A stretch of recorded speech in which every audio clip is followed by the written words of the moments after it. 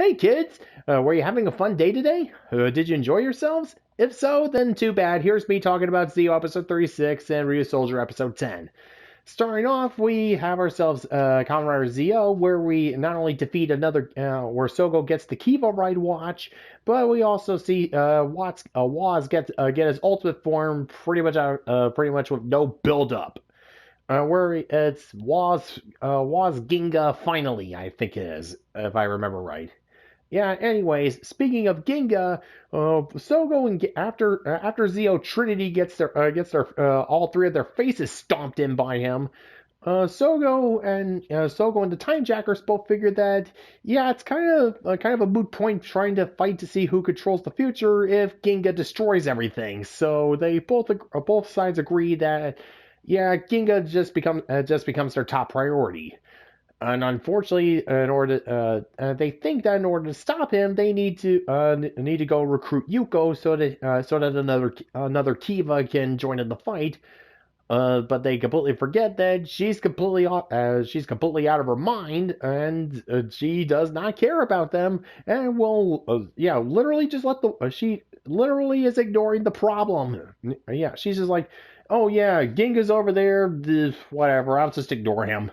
Kamen Rider Ginga's destroying everything. Well, he's over there, and over there has to learn how to stand on its own. Yeah, she's completely obsessed with hunting down the people that were responsible for her conviction. Including the judge. Moving on to the judge that sentenced her and her boyfriend. Oh yeah, and by the way, it turns out that Sogo's even more of an idiot than we first thought. Since, yeah, see, it's later revealed in this episode after Gates travels back in time 3 years ago to see what actually happened. It turns out that Yuko is completely and utterly screwball insane. Yeah, everything that she's been telling, yeah, she apparently is so completely deluded she believes her own lies that, yeah, she actually killed, with her ex-boyfriend.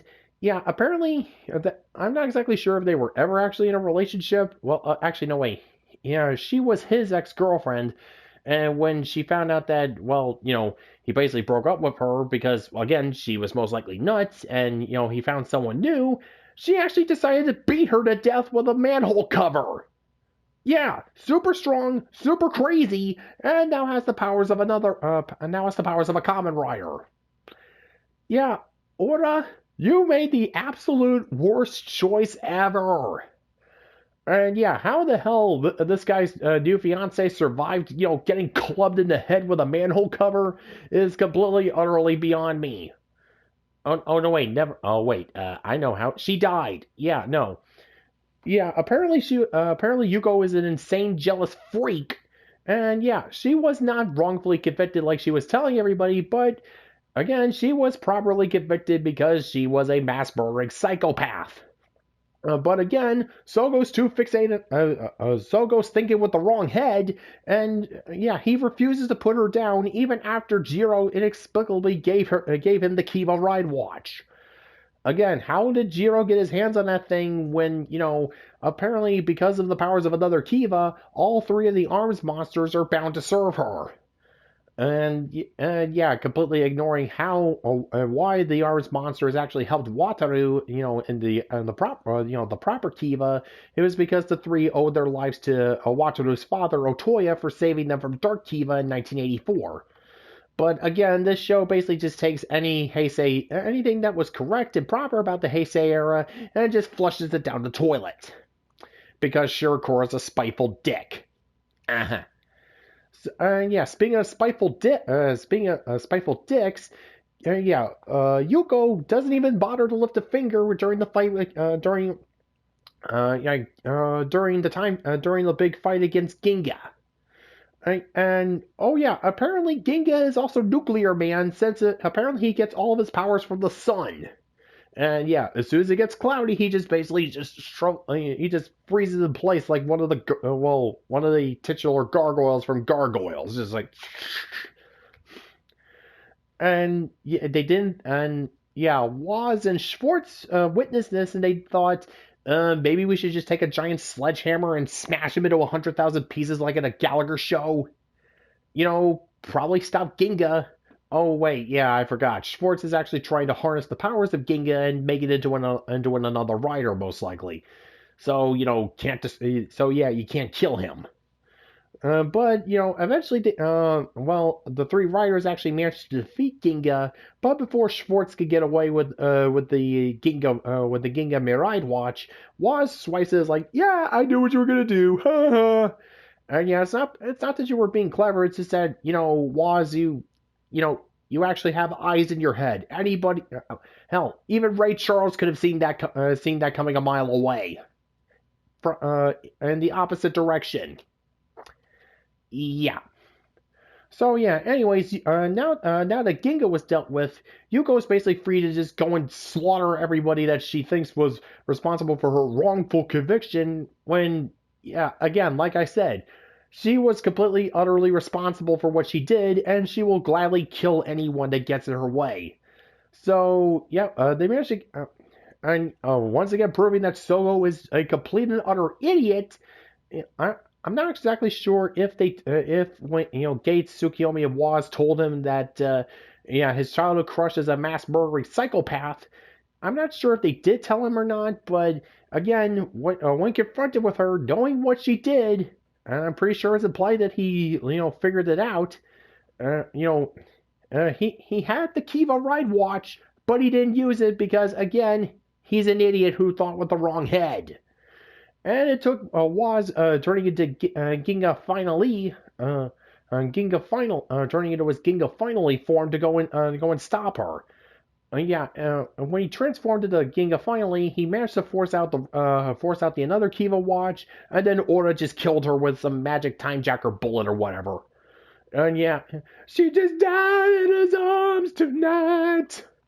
Yeah, literally dying at the foot of the altar at the church that her fiance was getting married at.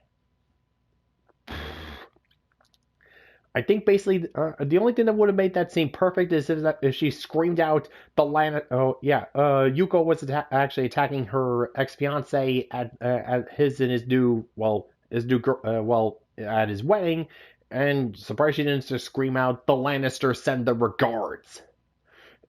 I mean, she was literally wearing a red dress there. It would have been perfect. You had the chance, and you squandered it.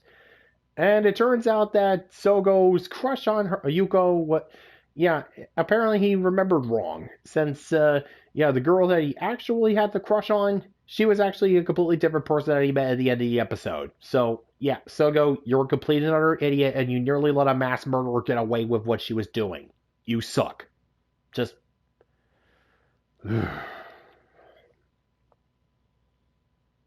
Hmm. Oh, and again with oh yeah, and next time we're gonna be dealing with the we're getting to the Kabuto arc. Yeah, we're not only dealing with another Kabuto, and apparently we're gonna also be dealing with some inconsistencies established in Kabuto. Compared to the yeah, yeah, like I said before, back with Decade, after the end of Kamen Rider Decade, all the Heisei Kamen Riders merged into one timeline from Double onwards. So yeah, they're probably going to address the whole, hey, wait a minute, wasn't a big part of Kabuto's story that Meteor crashed into Tokyo around 35 years ago and unleashed an entire mass of monsters called shape-shifting monster worms? Oh yeah, and also apparently Kick and Punch Hopper come back because, oh goody. Yes, Punch and Kick Hopper, aka, oh my god, will you two just have sex already? Ugh. So yeah, looking forward to that next week, and yeah, hopefully start moving towards some actual some final story arc with Zio, but I kind of doubt that. Anyways, moving on to Ryusoulger episode 10, and we got ourselves Asuna basically being relegated to an idiot, but we also got ourselves a broken Aesop. Woo! Yeah, the Minosaur of the day today was created from a boxer who was apparently he basically had some suicidal thoughts regarding basically he got into a fight with this thug and his artist friend was trying to stop him. I'm guessing from fighting outside the ring because I'm guessing he probably get kicked out of like whatever boxing organization he was involved with. And during the scuffle, he managed to completely break his hand on a girder. And yeah, so this boxer's friend, he was an artist, so yeah, broken hand, unable to draw, basically shattered his dreams in half. And the boxer was basically feeling insane amounts of guilt towards that, understandable, since his friend's hand getting crippled.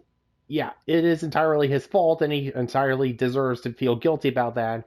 And from that feeling of hatred towards himself, Creon was able to create this, I don't know, goblin or some sort of Gamera sort of Minosaur. All I know is, it had this huge nose and it had two, like, volcanoes on there. I don't know. Or maybe it was the turtle that's holding up the world in Stephen King's Dark Tower mythos or whatever. Anyways, this Minosaur, since he was created from a boxer, he relies on counterattacks in order for his strategies. He was like, float like a butterfly, sting like a bee. Yeah, where you going? Where you going? Huh? Yeah, we're translating to every time the Ryusoulgers hit him, he absorbs the attack and reflects it right back at them. And during the first fight, afterwards, while the Ryusoulgers were trying to strategize, Asuna, she tried to go and tell them where the Minosaur was birthed from, but they were like, no, whatever, go away.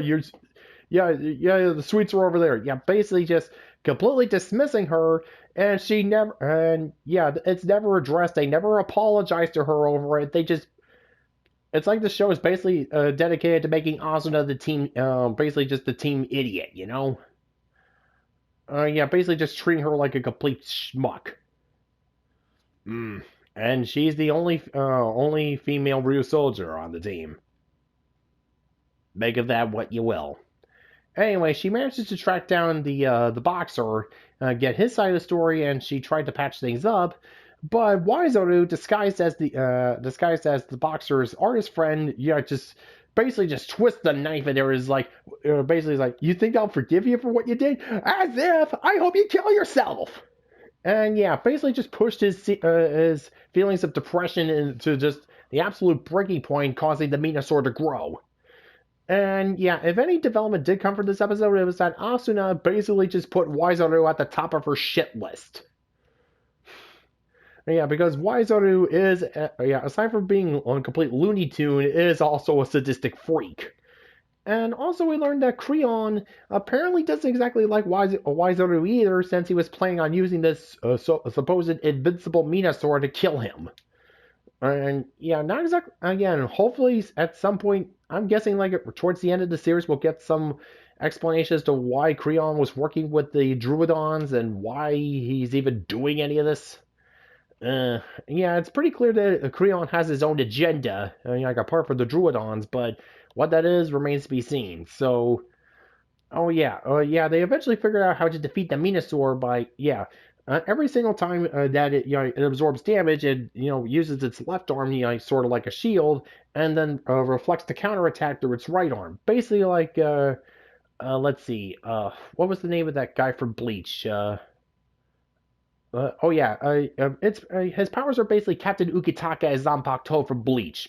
Absorbs the attack from an opponent, and the left weapon reflects it from the right.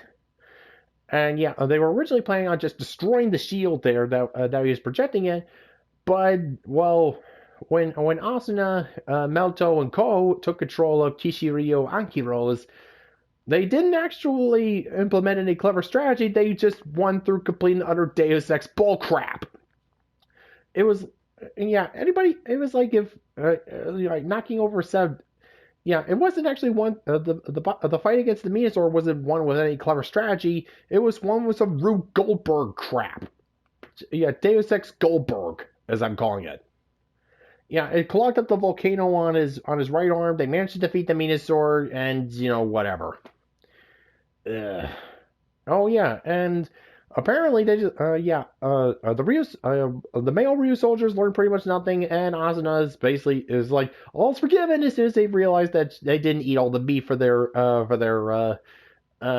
like little party that they were gonna have. If you're trying to get me to like it, think it's funny show, it ain't working. Oh yeah, and also not even 15 episodes in, we're getting ourselves a new a new mech. Next episode hints that we're getting ourselves another Kishiryu and a new power up for Ko. Like 11 episodes into the show.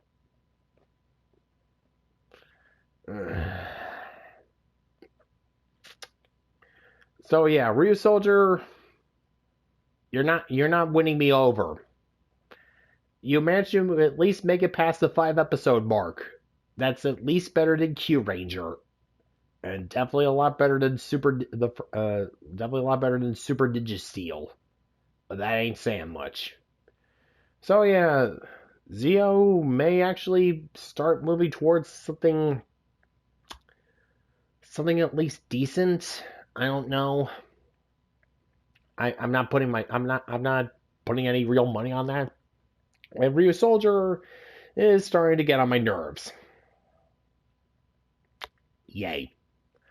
So yeah, that's another week in the can. See you next time where I'm just gonna keep going on. I made a promise myself to get through this, and I ain't a liar. Mama didn't raise no liar. Bye.